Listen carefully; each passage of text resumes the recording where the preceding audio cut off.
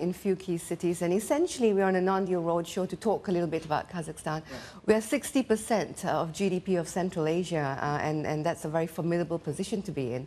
Coming out of a correction of oil prices, Kazakhstan has intensified its modernization process.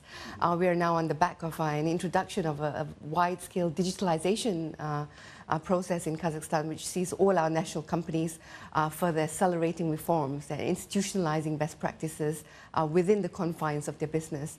And so the outlook for Kazakhstan is one that's positive. The first 8 months has seen GDP growth of 4.2%, which is quite formidable given what's going on in the region.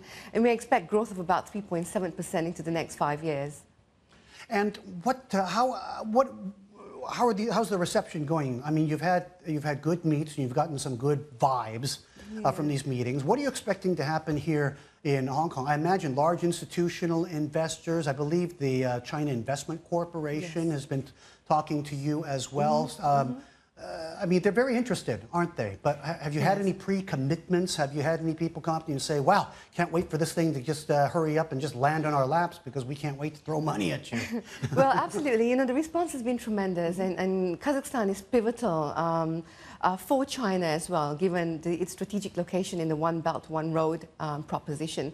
There are 6 international highways and 5 international railroads that cut through Kazakhstan.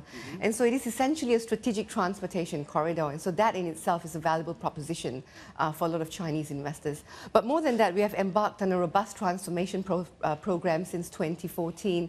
And essentially this saw us disrupting the businesses of our companies at a point at which you know, the economy was fairly stressed due to a correction in oil prices. And coming out of that now, we have seen our companies now in a fairly exciting sweet spot to embark on the next stage of market reforms, which is essentially this whole privatization.